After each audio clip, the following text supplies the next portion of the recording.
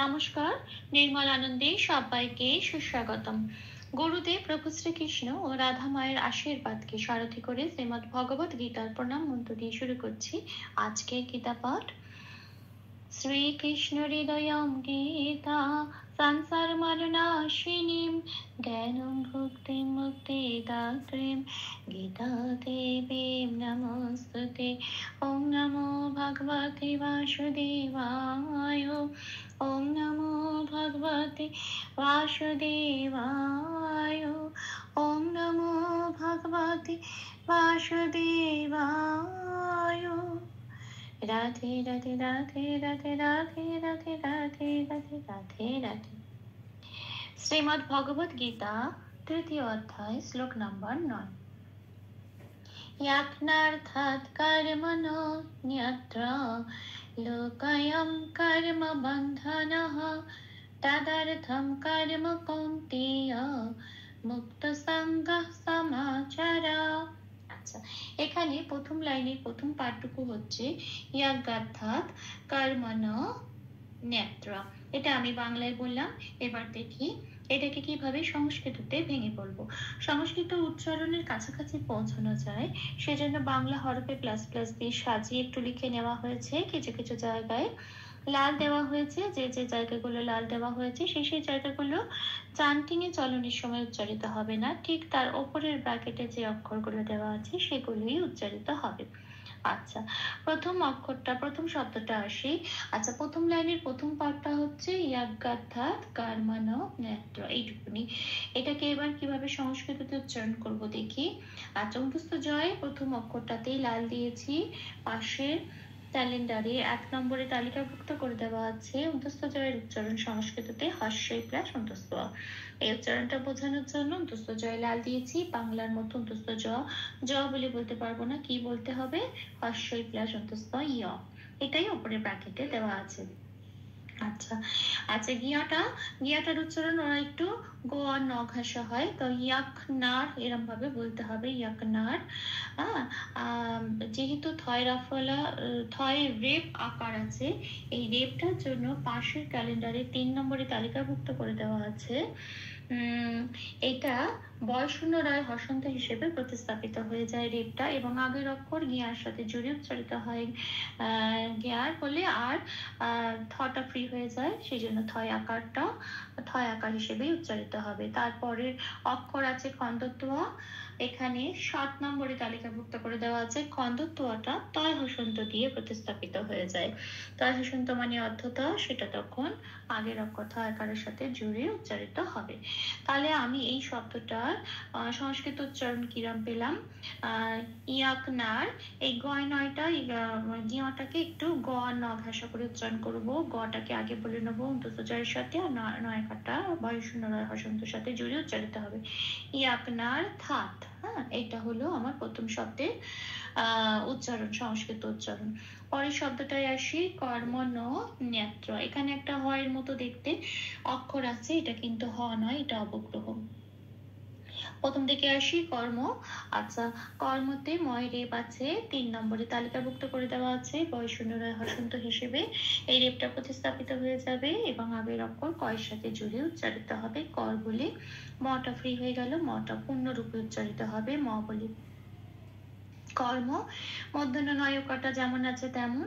এবার আছে একটা অবগ্রহ। আচ্ছা, এখানে এই অবগ্রহর কাজটা হচ্ছে যে এটা হয় মতো দেখতে কিন্তু মাত্রা নেই, সেই জন্য এটাকে অবগ্রহ বলে। আগের অক্ষরে যে অক্ষরটা আছে, মনে করো মধ্যাহ্নয় ওকার আছে, এখানে এই ওকারটাই একমাত্রা বাড়িয়ে দেবা। আমরা যেমন বলি নমো স্তুতে, এই নমো বলে যে টানটা দিই, সেখানে একটা অবগ্রহ আছে। ওইটুকুনিকে জোর দেওয়ার জন্য, ওই অক্ষরটাকে জোর দিয়ে উচ্চারণ করার জন্য এইটা বলা হয়। এইটাই হচ্ছে অপগ্রহের কাজ। তাহলে হচ্ছে কর্মণ, এইটা নো বলে যেটা টেনে দিলাম ওর মধ্যেই অবগ্রহটা ঢুকে যাবে, কর্মণ। আচ্ছা, নয় জফলা তয় রফলা ন্যাত্র। নয় জফলা মানে হচ্ছে, জফলার উচ্চারণ হচ্ছে হস্যই প্লাস অন্তস্থ। 1 নম্বরে তালিকাভুক্ত করে দেওয়া আছে, সেই জন্য ব্র্যাকেটের উপর দেওয়া আছে হস্যই প্লাস অন্তস্থ। এটা জফলার উচ্চারণ, এটা নয়ের সাথে পড়ে দিতে হবে। তাহলে কি হবে? নয় হস্যই অন্তস্থ আর নিয়, এইটা হচ্ছে সংস্কৃতের আসল উচ্চারণ। তয় রফলাটা যেমন আছে তেমন।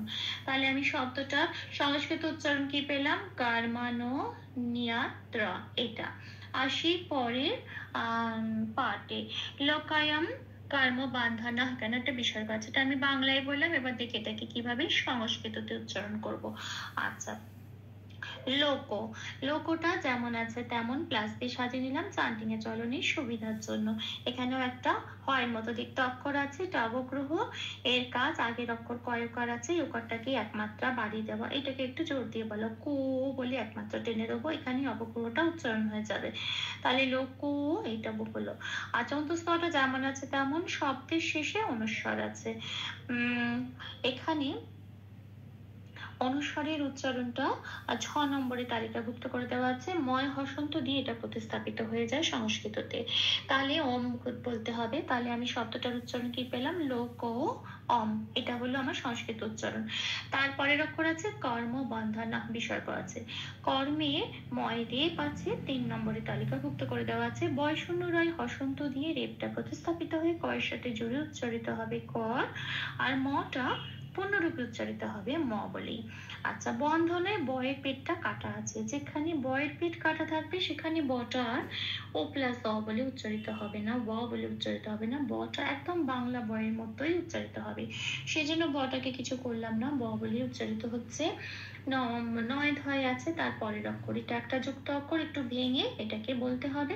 নটা আগে আছে বলে নয় হসন্ত দিয়ে নটাকে বার করে এনে বয়ের সাথে জুড়ে উচ্চারিত হলো বন বলে, তাহলে ধটা পড়ে রইলো, ধটা পূর্ণরূপে উচ্চারিত হবে ধ। আচ্ছা, তারপরের অক্ষর আবার আছে ন, তার পাশে আছে বিসর্গ, বিসর্গটা শব্দের শেষে আছে, পংক্তির শেষে আছে, পংক্তির শেষে আছে বলে বিসর্গটা এখানে 5 নম্বরে তালিকাভুক্ত করে দেওয়া আছে, পূর্ণ হ রূপে প্রতিস্থাপিত হয়ে যাবে। তাহলে এখানে তলায় যেহেতু কোনো হসন্ত নেই, ন হ পূর্ণ রূপে উচ্চারিত হবে। তাহলে আমি শব্দটা সংস্কৃত উচ্চারণ কি পেলাম, কর্ম বন্ধনা হ। আচ্ছা, এই পাঠের পুরো সংস্কৃত উচ্চারণটা কি হলো, লোকায়ম কর্ম বন্ধনা হ। আসি পরের লাইনে, তদার্থম কর্ম কৌন্তেয়, এইটুকুনি হচ্ছে আমার সেকেন্ড লাইনের প্রথম পাঠ। আচ্ছা, এবার দেখি সংস্কৃত উচ্চারণ কিভাবে করব। তটা পূর্ণরূপে উচ্চারিত হবে, দটা ধয় রেপ আছে 3 নম্বরে তালিকাভুক্ত করে দেওয়া আছে, বয় শূন্য রয় হসন্ত দিয়ে রেপটা প্রতিস্থাপিত হয়ে যাবে, দয়ের সাথে জুড়ে উচ্চারিত হবে দর বলে, ধটা পূর্ণরূপে উচ্চারিত হবে, শব্দের শেষে অনুস্বর আছে। 6 নম্বরে তালিকাভুক্ত করে দেওয়া আছে, ময় হসন্ত দিয়ে অনুস্বরটা প্রতিস্থাপিত হয়ে তৈরি হলো থম। তাহলে শব্দটা কি পেলাম, তাদার থম। আচ্ছা, তারপরে শব্দ আছে কর্ম, ময় রেপটা বয় শূন্য রয় হসন্ত দিয়ে প্রতিস্থাপিত হয়ে কয়ের সাথে জুড়ে উচ্চারিত হলো কর্মটা পূর্ণরূপে উচ্চারিত হবে কর্ম। কন্তে ওই কৌনটা যেমন আছে তেমন, নয় তয়কার একটা যুক্ত অক্ষর, যন্ত্রের নটা যেহেতু আগে আছে সেই জন্য হসন্ত লাগিয়ে বার করে নিলাম, এবং কয়কারের সাথে জুড়ে উচ্চারিত হলো কৌন, তেটা পড়ে রইলো যেমন আছে তেমন, অন্তস্তটাও পড়ে রইলো, পূর্ণরূপে উচ্চারিত হলো কৌন তে ও, এটাই পেলাম শব্দের উচ্চারণ। তাহলে সেকেন্ড লাইনে প্রথম পাঠে সংস্কৃত উচ্চারণটা কি হলো, তাদার্থম কর্ম কৌন্তে অ। আসি পরের পাঠে, মুক্ত সঙ্গ সমাচার, মুক্ত কয়তায় আছে, কয় হসন্ত দিয়ে কটা যেহেতু আগে আছে, কয় হসন্তটা বার করে আনলাম, কয় হসন্ত দিয়ে কটাকে অর্ধক হয়ে গেল। অর্ধকয়ের উচ্চারণ করতে গেলে আগের অক্ষর লাগবে, সেটা হচ্ছে ময় হস্য, এখানে আগের অক্ষর ময় হস্যর সাথে জুড়ে উচ্চারিত হলো মুখ, তটা পূর্ণরূপে পড়ে রইল, তটা পূর্ণরূপে উচ্চারিত হবে।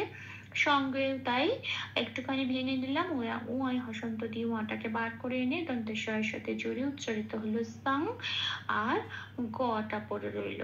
এখানে বিসর্গ আছে, বিসর্গটা কোথায় আছে, যেহেতু এটা শব্দের প্রথম শব্দ, তার মানে বিসর্গটা মাঝখানে আছে, এটা শেষ শব্দ নয়, পংক্তির শেষ শব্দ নয়, কাজে বিসর্গটা কি দিয়ে প্রতিস্থাপিত হবে, এখানে 4 নম্বরে তালিকাভুক্ত করে দেওয়া আছে, অর্ধ হ দিয়ে প্রতিস্থাপিত হবে। তাহলে অর্ধ হ দিয়ে বিসর্গ প্রতিষ্ঠিত হলো, গ এর সাথে জুড়ে উচ্চারিত হলো গাহ, এই যে গাহ বলছি এখানে অর্ধ হটা উচ্চারিত হয়ে গেল। শব্দটা তাহলে আমি উচ্চারণ কি পেলাম সংস্কৃততে, মুক্ত সঙ্গ, এটা।